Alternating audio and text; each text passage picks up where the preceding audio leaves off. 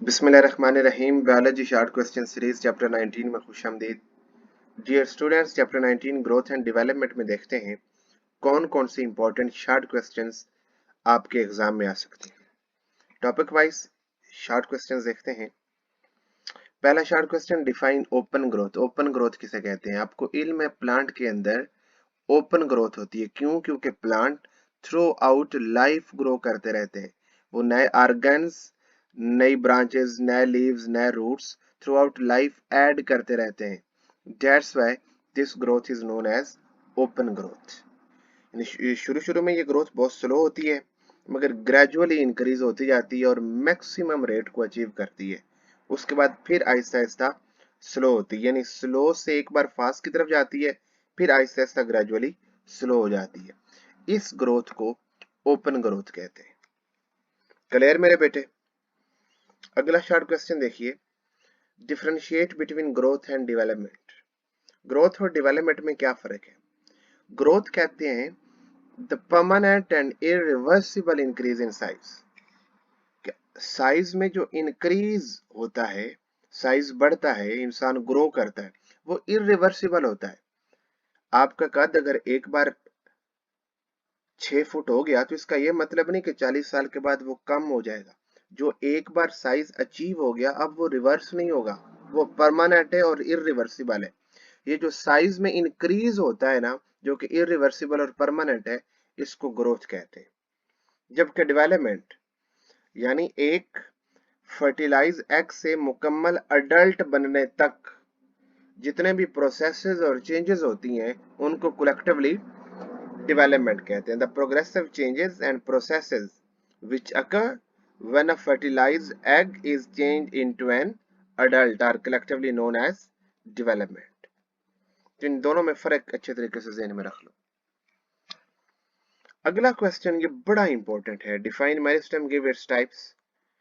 इसके अंदर फर्दर काफी सारे शॉर्ट क्वेश्चंस आते हैं। देख लो बोर्ड के एग्जाम में कितनी मर्तबा आ चुका है, इससे भी ज्यादा मर्तबा आया है, मैंने थोड़ी मर्तबा लिखा हुआ है। सबसे पहले मेरिस्टेम को डिफाइन करते हैं। Meristems are young tissues are group of cells that retain the potential to divide. यानी वो टिश्यूज जिनके अंदर डिवाइड होने की सलाहियत होती है उन्हें मेरिस्टेम बोलते हैं। Clear? So meristems are actually growing points in plants, यानी प्लांट्स के जो ग्रोइंग पॉइंट्स है जहां पर ग्रोथ होती है। डेफिनेटली सेल्स के अंदर डिवाइड होने की सलाहियत होगी तो वो ग्रो करेंगे ना, और जिनके अंदर डिवाइड होने की सलाहियत होती है उन सेल्स को, उन टिश्यूज को मेरिस्टेम्स कहते हैं। क्लियर मेरे बेटे? इनकी फर्दर 3 टाइप्स है मेरिस्टेम्स की, एपिकल मेरिस्टेम्स, इंटरकैलरी मेरिस्टेम और लेटरल मेरिस्टेम। एक एक करके देखिए। Apical meristem, they are found at the tips of roots and shoot. Apical meristem root और शूट्स की टिप्स पर पाई जाती है। आपको डायग्राम में नजर भी आ रहा है, ये देखो, ये शूट की टिप है और ये रूट की टिप है। तो ये टिप पर पाए जाते हैं। चूंकि ये एपेक्स यानी टिप पर पाए जाते हैं, तो एपेक्स पर पाए जाने की वजह से इन्हें एपिकल मेरिस्टेम कहते हैं। और they play important role in primary growth. चूंकि ये टिप पर है तो जब ये डिवाइड होंगे तो प्लांट के लेंथ में इजाफा होगा, तो इसलिए ये प्राइमरी ग्रोथ में इंपॉर्टेंट रोल प्ले करते हैं, क्योंकि प्लांट की लेंथ में इजाफा प्राइमरी ग्रोथ कहलाता है। क्लियर मेरे बेटे? तो ये प्राइमरी ग्रोथ की भी डेफिनेशन अच्छे तरीके से ध्यान में रख लो। Increase in length of plant is called primary growth. तो एपिकल मेरिस्टेम अलग से भी शॉर्ट क्वेश्चन पूछा जा सकता है, तो आपको ये अच्छे तरीके से याद रहना चाहिए। उसके बाद ये intercalary meristem, they are situated at the base of internodes. ये स्टेम के अंदर नोड्स हैं, ये देखो। अब दो नोड्स के दरमियान ये वाला जो एरिया है, ये वाला, इसको इंटरनोड कहते हैं। तो इंटरनोड की बेस पर इंटर कैलोरी मेरिस्टेम्स होते हैं। क्लियर? और इनका काम क्या होता है? They play important role in the production of leaves and flowers. क्योंकि लेटरल इंटरकैलोरी मेरिस्टेम्स इंटरनोड्स की बेस पर मौजूद होते हैं और यहां से ही नए पत्ते और फूल निकलते हैं, उगते हैं। तो उनकी प्रोडक्शन में इंटरकैलोरी मेरिस्टेम का इंपॉर्टेंट रोल है। तो इंटरकैलरी मेरिस्टेम अलग से भी शार्ट पूछा जा सकता है, या एपिकल मेरिस्टेम और इंटरकैलरी मेरिस्टेम में डिफरेंस भी पूछा जा सकता है। इस एक क्वेश्चन में फर्दर 3 से 4 क्वेश्चंस छुपे हुए हैं, तो इसको आपने अच्छे तरीके से याद कर लेना है। तो जिस भी एंगल से वो सवाल पूछेगा आपको अटेम्प्ट करना आसान रहेगा। उसके बाद ये lateral meristems, they are cylinders of dividing cells, और इसकी बेहतरीन एग्जांपल्स है वेस्कुलर एंड कार्क कैम्बियम। ये जो वेस्कुलर कैम्बियम कार्क कैम्बियम और ये वेस्कुलर कैम्बियम में जाइलम और फ्लोएम होते हैं। ये जूं जूं डिवाइड होते जाते हैं तो प्लांट के स्टेम या रूट की डायामीटर में इजाफा होता है, उसकी गर्थ में इजाफा होता है, मोटाई में, विड्थ में इजाफा होता है। तो इस ग्रोथ को सेकेंडरी ग्रोथ कहते हैं। तो lateral meristem play important role in secondary growth. Secondary growth क्या होती है? The increase of diameter of stem and root is termed as secondary growth. Clear? अब देखो, वो अलग से मेरिस्टेम भी पूछ सकता है, वो सेपरेटली एपिकल मेरिस्टेम्स के बारे में भी शॉर्ट क्वेश्चन कर सकता है, इंटरकैलरी के बारे में भी और लेटरल के बारे में भी। उसके अलावा वो डिफरेंशिएट बिटवीन प्राइमरी ग्रोथ और सेकेंडरी ग्रोथ भी क्वेश्चन कर सकता है। वो differentiate between lateral meristem and apical meristem, तो किसी भी एंगल से वो पूछ सकता है। अगर ये स्लाइड आपको अच्छे तरीके से ज़हन में रहेगी तो जो भी क्वेश्चन इससे रिलेटेड आएगा आप उसको अटेम्प्ट कर सकोगे। क्लियर? अगला क्वेश्चन देखते हैं, डिफाइन ग्रोथ कोरिलेशंस।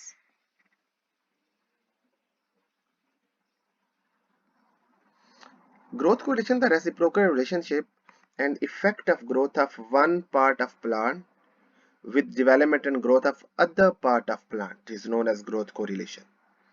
कि अमूमन प्लांट का एक पार्ट अगर ग्रो कर रहा है तो उसका दूसरे प्लांट की ग्रोथ पर किसी न किसी तरह कोई ना कोई इफेक्ट होता है। इस तरीके का जो कोरिलेशन होता है इसको ग्रोथ कोरिलेशन कहते हैं। इसके आगे फर्दर बड़े इंपॉर्टेंट शॉर्ट क्वेश्चंस है। मिसाल के तौर पे एपिकल डोमिनस क्या है?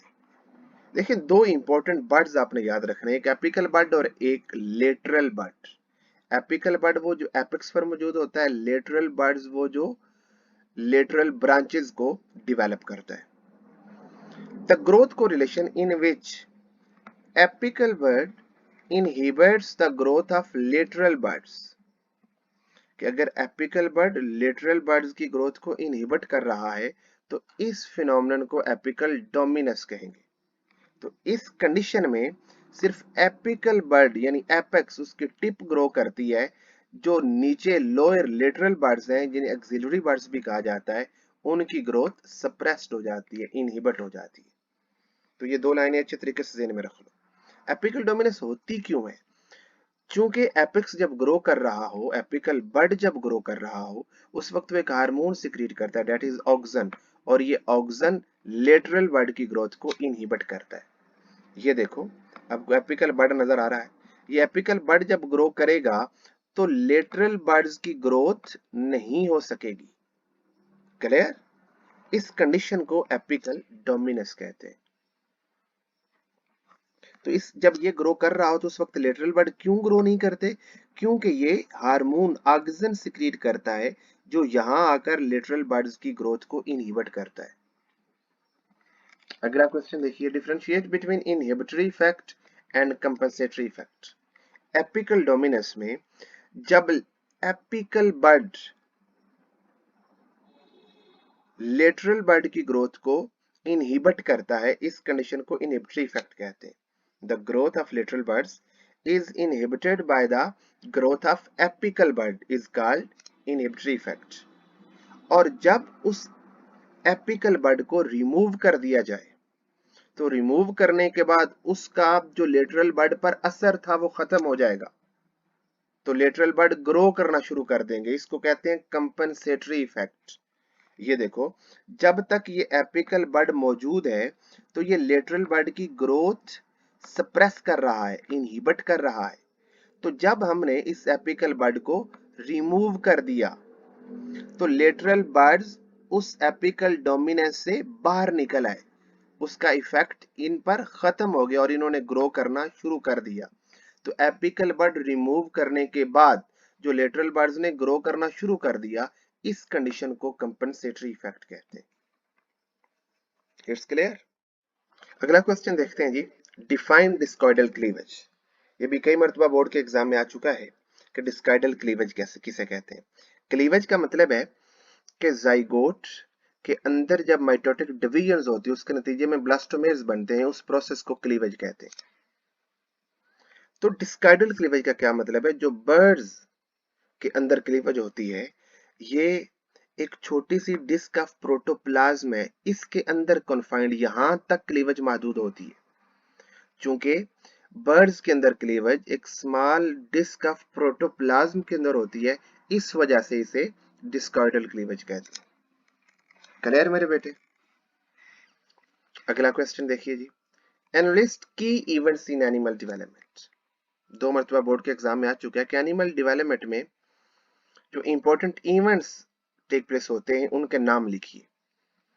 गैमेट फॉर्मेशन सबसे पहले, फर्टिलाइजेशन, फर्टिलाइजेशन के बाद फिर क्लीवेज, फिर गैस्ट्रुलेशन, ऑर्गेनोजेनेसिस, फिर ग्रोथ।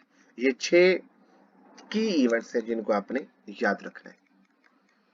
उसके बाद अगला क्वेश्चन देखिए जी, 3 मरतबा बोर्ड के एग्जाम में आ चुका है, define morula stage of development in चिक। जब क्लीवेज होती है तो क्लीवेज के नतीजे में ब्लास्टोमेर्स का एक क्लोजली पैक्ड मैस बनता है, एक disc shaped mass of cells बनता है। ये आपको डायग्राम में नजर भी आ रहा है।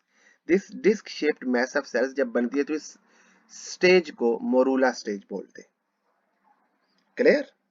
तो इस मोरूला स्टेज में ब्लास्टोमेर्स की अमूमन 2 या उससे ज्यादा लेयर्स होती हैं, जिन्हें ब्लास्टोडर्म कहा जाता है। तो इनके अंदर जो सेल्स की अरेंजमेंट है वो यूं है कि जो सेंटर में सेल्स होते हैं वो स्मॉल इन साइज होते हैं और वेल डिफाइंड होते हैं, जबकि ये मार्जिनल एरियाज पर जो सेल्स होते हैं ये लार्ज, फ्लैटेंड और अनडिफाइंड होते हैं। क्लियर। तो ये आपने 5 पॉइंट्स मोरूला स्टेज के याद कर लेने। अगला क्वेश्चन देखिए जी, what is blastula and blastoderm. ये बड़ा इंपॉर्टेंट है। मोरूला स्टेज इतनी लंबी नहीं होती, बहुत ही मुख्तसर सा दौरानिया होता है और फौरी तौर पर ब्लास्टूला स्टेज में कन्वर्ट हो जाती है। ब्लास्टूला स्टेज यानी मोरूला के बाद जब ब्लास्टूला आता है तो ब्लास्टूला को ब्लास्टूला कब कहते हैं? जब ब्लास्टोसील बन जाए। ये यॉक है, यॉक और ब्लास्टोडर्म के दरमियान जब ये कैविटी बन जाएगी ना, सेगमेंटेड कैविटी, इस कैविटी को ब्लास्टोसील कहते हैं। जो ही ये कैविटी बन जाएगी तो अब ये मोरूला नहीं रहेगा बल्कि ब्लास्टूला बन जाएगा। क्लियर।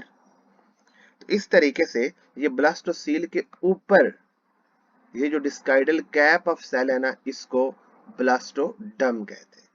तो ये दोनों फर्क ज़हन में रख लो, ब्लास्टोडर्म और ब्लास्टूला, या इवन ब्लास्टोसील और ब्लास्टोडर्म भी पूछ लिया जाता है। तो ये दोनों तरह से आंसर यही बनता है। उसके बाद differentiate between epiblast and hypoblast. बेटे मेसोडर्म जब स्प्लिट होती है, ये देखें मेसोडर्म में ये स्प्लिट होकर 2 लेयर्स बना रही है, एक अपर लेयर और एक लोअर लेयर। अपर लेयर को एपीब्लास्ट कहते हैं और लोअर लेयर को हाइपोब्लास्ट कहते हैं।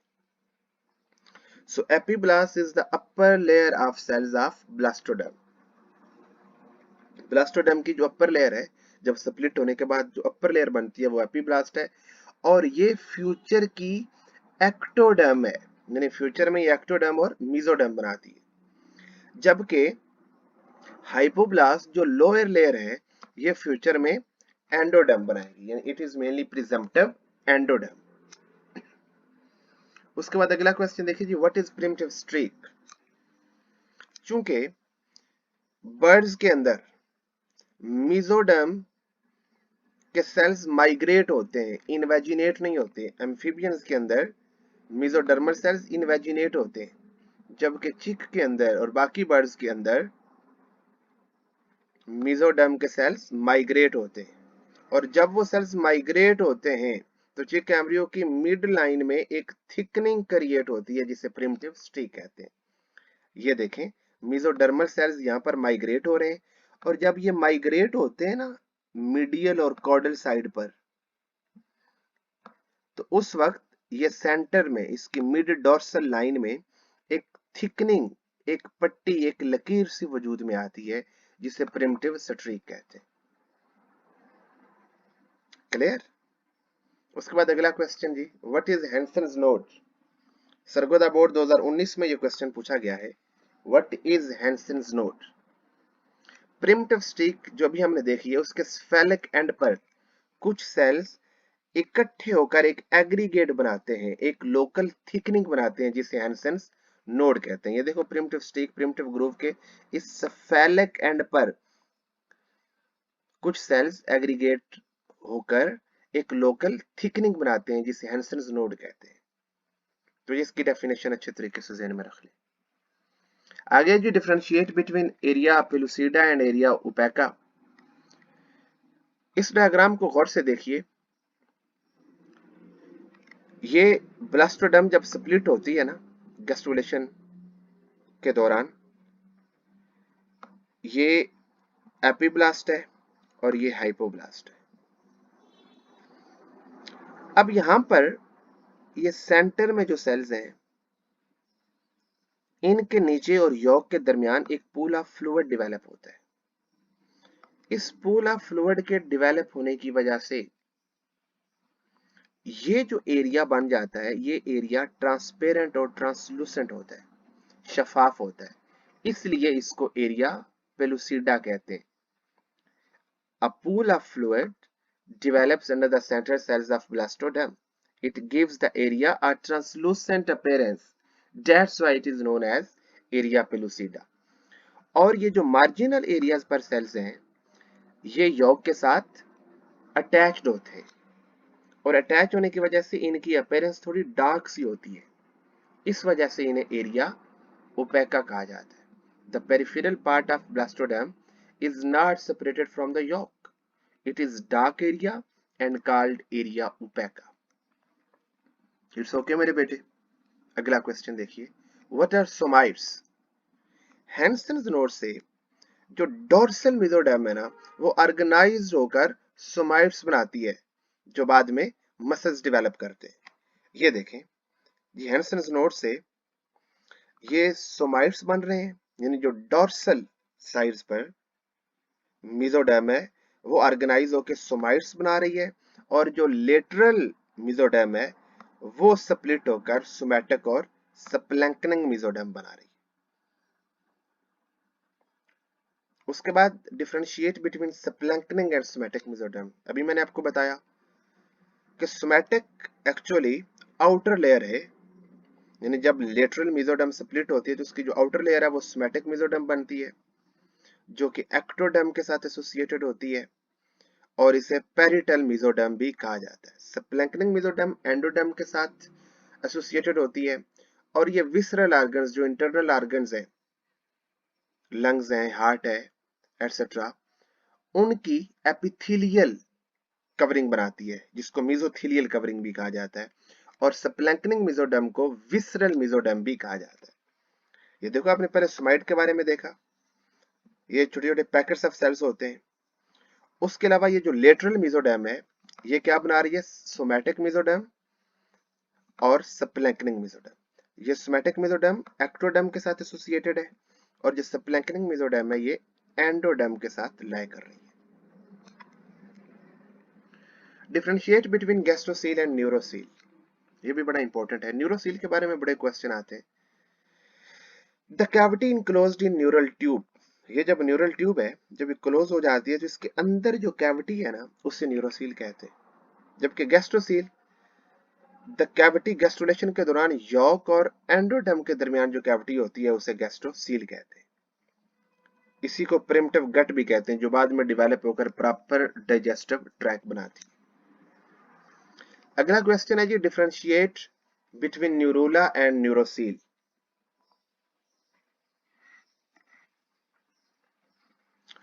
न्यूरोसील आप पहले देख चुके हो। न्यूरोला क्या है?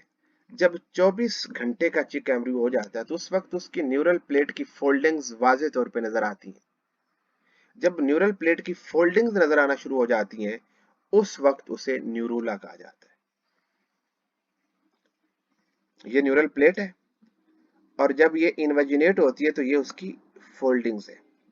24 घंटे के एम्ब्रियो में ये न्यूरल फोर्स वाज़ेह तौर पे नजर आती है और उस वक्त एम्ब्रियो की इस स्टेज को न्यूरुला कहा जाता है। Differentiate between neurulation and neurocoel. देखो न्यूरोसील से काफी सारे क्वेश्चंस डिफरेंट बोर्ड्स के एग्जाम में पूछे जा चुके हैं। तो न्यूरोलेशन क्या है? The process of nervous system formation is called neurulation. Nervous system के बनने के अमल को न्यूरोलेशन कहा जाता है। क्लियर? उसके बाद ये मैकेनिज्म ऑफ डेवलपमेंट, इसमें से एमसीक्यूज देखते हैं। Write the names and functions of 4 types of cytoplasm in the fertilized egg of a CDA. 3 मरतबा बोर्ड के एग्जाम में आ चुका है। 4 टाइप्स ऑफ साइटोप्लाज्म है जी सीडीएन में। क्लियर साइटोप्लाज्म, ये क्या बनाता है? Larval epidermis. Yellow cytoplasm muscle cells बनाता है। ग्रे वेजिटल साइटोप्लाज्म गट बनाता है। Grey equatorial cytoplasm notochord neural tube बनाता है। ये चारों टाइप्स आप अच्छे तरीके से ज़हन में रख लो। वो 2 के बारे में भी पूछ सकता है और इसमें से कोई ना कोई एमसीक्यूज तो तकरीबन लाजमी आ जाता है। तो ये चारों टाइप्स और ये क्या बनाती हैं अच्छे तरीके से ज़हन में रख लें। उसके बाद ये regeneration. Define regeneration with example. Lahore board 2018, Bahawalpur board 2018 में ये क्वेश्चन आया गया। द एबिलिटी टू रीगेन और रिकवर द लॉस्ट और injured part of the body is called regeneration.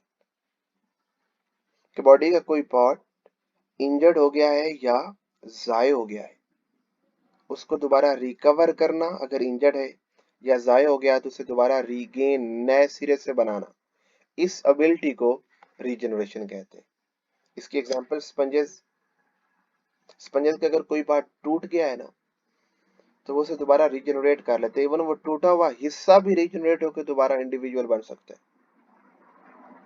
और इसी तरीके से अर्थ फॉर्म है, उनका अगर हेड रिमूव हो जाए तो अपना दोबारा नए सिरे से हेड बना लेते हैं। अगर सर कट गया है तो अपना सर ही रीजनरेट कर लेते हैं।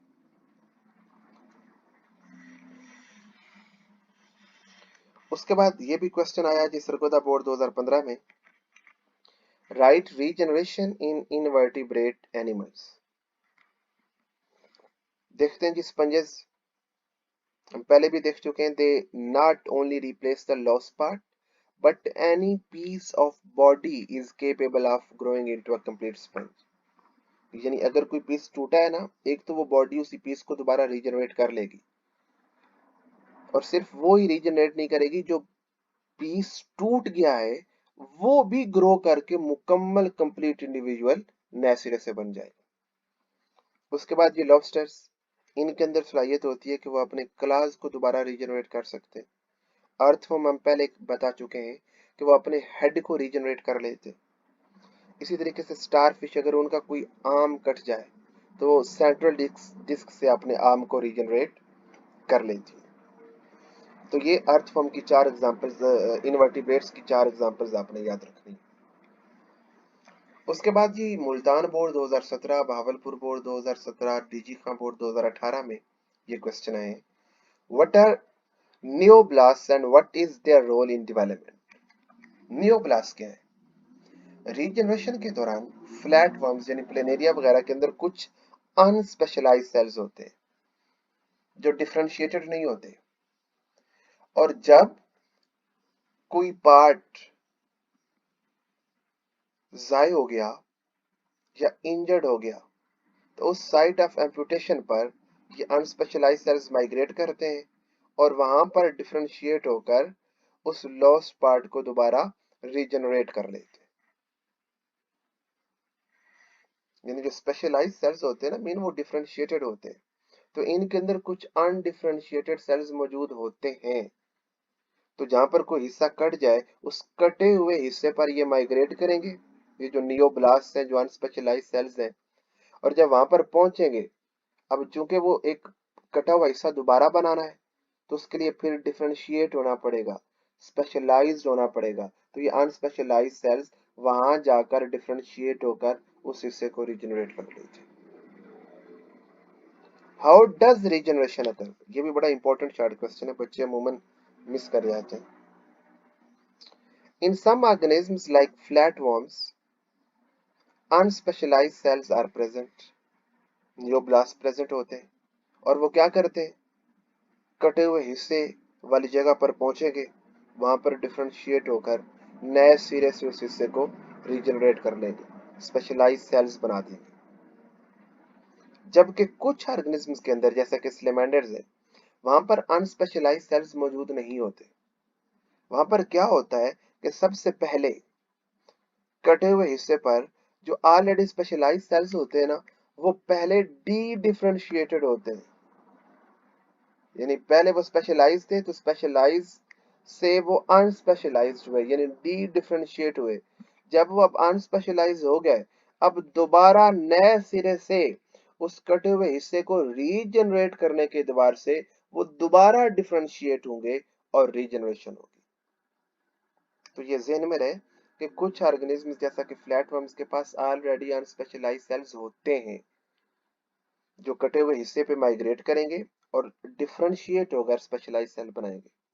जबकि कुछ ऑर्गेनिजम्स के पास अनस्पेशलाइज्ड सेल्स नहीं है, तो उनके पहले जो स्पेशलाइज्ड सेल्स हैं वो पहले डी डिफरेंशिएट होंगे और फिर दोबारा से डिफरेंशिएट होकर सर्टेन टाइप्स ऑफ सेल्स बनाएंगे। क्लियर मेरे बेटे? उसके बाद ये नॉर्मल डेवलपमेंट में क्वेश्चन आता है, डिफरेंशिएट बिटवीन टेराटोलॉजी एंड ट्राटोलॉजी। अच्छी तरीके से में रख लें। Teratology is the branch of biology which deals with the study of abnormal development. Biology की वो ब्रांच जिसमें abnormal development को स्टडी किया जाता है उसे टेराटोलॉजी कहते हैं। और ट्राटोजेंस किसे कहते हैं? वो एनवायरमेंटल फैक्टर्स जो abnormal development काज करते हैं उनको कलेक्टिवली ट्राटोजेंस कहते हैं। यानी जो काजिंग फैक्टर्स हैं वो ट्राटोजेंस हैं और इस abnormal development की को जिस ब्रांच में स्टडी किया जाता है वो टेराटोलॉजी। उसके अलावा माइक्रोसेफली वगैरह, क्लेफ्ट पैलेट, इनको एक मरतबा देख लें। तो ये चंद शार्ट क्वेश्चंस हैं जिनको आपने अच्छे तरीके से याद करना है। ठीक है, थैंक यू सो मच, अपना बहुत सारा ख्याल रखिएगा। अल्लाह हाफिज।